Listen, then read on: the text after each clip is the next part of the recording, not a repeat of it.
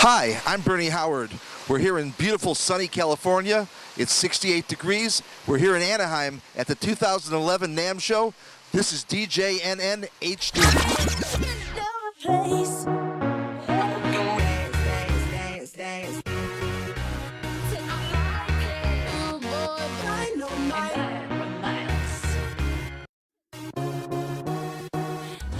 Hi, we're over here at the Rane booth. Obviously, Rane is the Rolls-Royce of DJ products. And we're here with Mike May, their national sales manager. Mike, Happy New Year. Happy New Year to you too.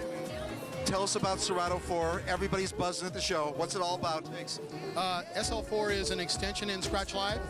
We have the SL1 that will continue and the SL3.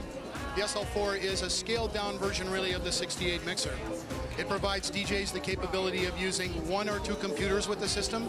So one of the things that's always been kind of problematic for DJs is that switch out in the club. You know, one guy's playing, the other guy goes, oh my God, do we have the power supply? What do we do? How do we do this? This makes it very, very easy for a DJ who's playing on one of the USB inputs. There are two, A and B.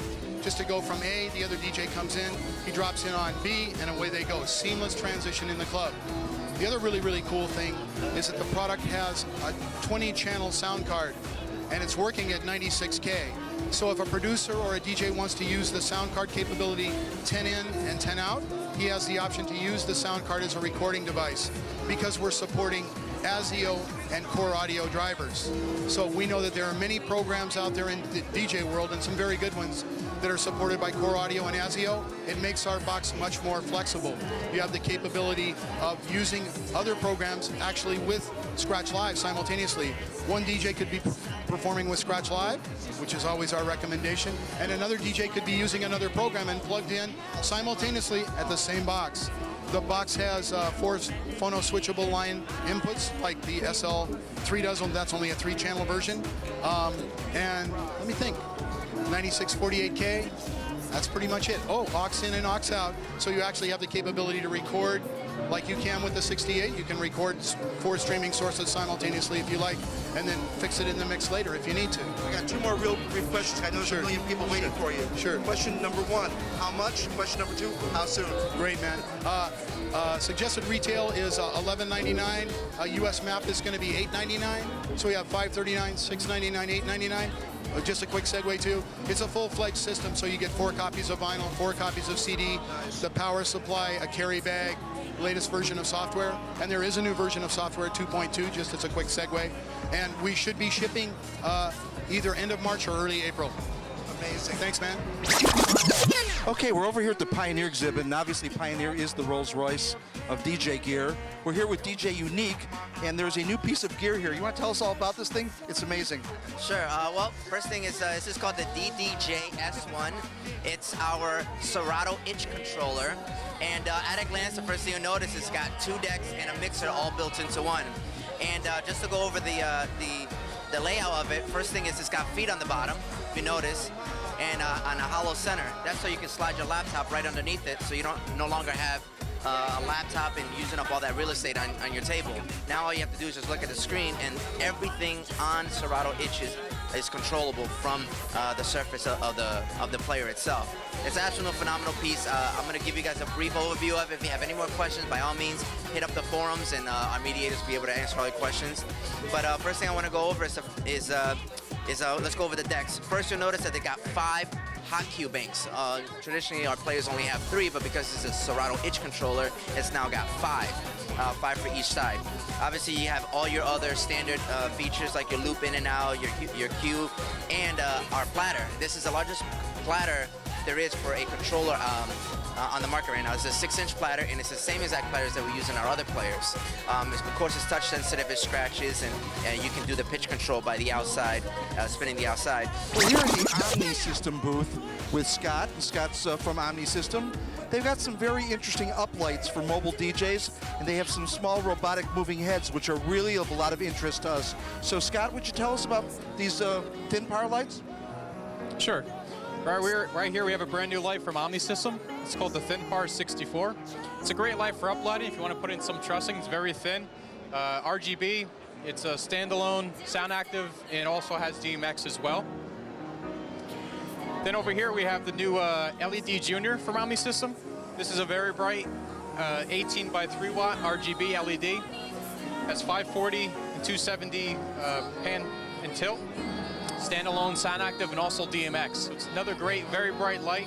Great for mobile DJs, very lightweight. You can put it on top of your speaker. It'll cover your whole dance floor.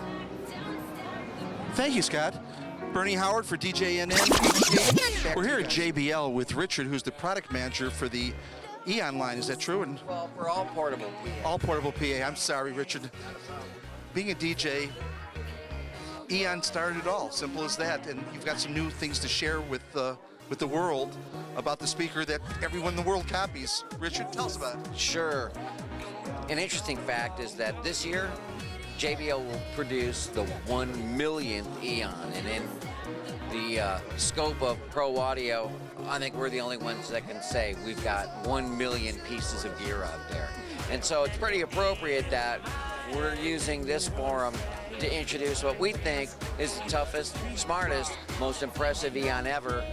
That's the Eon 515 XT. The first thing we've done is we've given it a more pro appearance. It's black now. It's got a black grille. We got a real charcoal finish on this Eon logo, and we made the JBL logo black.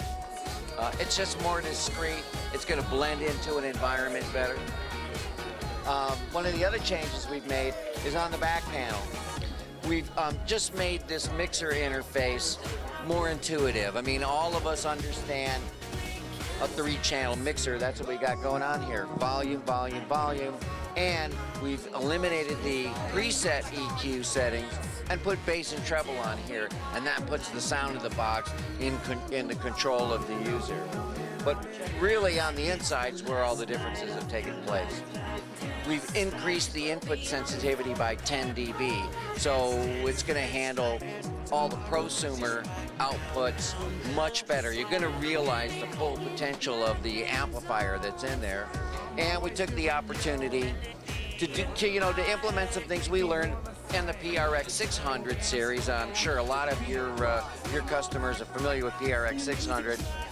We learned a lot about amplifier optimization, gain structure, noise floors, and the engineering guys and we all decided not only could we implement that on the 515 XT, we should do it, And what we've come up with is, as a byproduct, is another 3 dB of maximum SPL. So we've gone from 129 to 132 max SPL. That's a lot of difference. I was reading a spec sheet this morning. This thing is 625 watts? Yeah, we're able to maximize the power output of the product. Last one was about 500 bucks. 450, it was rated at 450. Amazing. So you made the best speaker in the world even better. That's a great way to put it. Thanks, Bernie. Boy, amazing. We're having a sale at Audio Lines. We're getting rid of all our rental stuff so we can get the new ones. It's just an amazing product. Bernie Howard Fryman, live from the floor of NAMM 2011 at JBL. Back to you guys. Okay, we're over here at the Ultimate Support booth. Ultimate Support just makes the best stands in the world. They have a lifetime warranty. It's what all the guys buy after they break their first cheap stands. And we're here with Steve. Steve, you got a new product here, this TS1000. This card is amazing. Would you take the mic and show us what it does? I certainly will. Bear with me while I jump up here. All right. Now, the TS1000 is not just a transport cart for the load in, the load out, but it's actually the speaker stand as well. So we've integrated those two ideas. It used to be that a single satellite up on a tripod stand was sufficient, but these days mobile DJs, medium to large venues are requiring the use of subwoofers on both sides. So here's a solution to where you've semi-permanently installed any size, width, and depth subwoofer and satellite, and then you're actually raising this, telescoping it up. It will go up to like 8 feet. The telescoping part is also air assisted. There's a pneumatic shock in here, so a satellite 50 pounds or less, when you loosen it up, will actually raise itself. And then anything from say 75 to 100 pounds, you just give a little push with a couple fingers and it'll go up. And then there's really no weight limit. You can get a 300-pound satellite if there were such a thing up on top. The card itself can take 500 pounds. So that's as simple as that. When you're ready to tear down, you're going down here.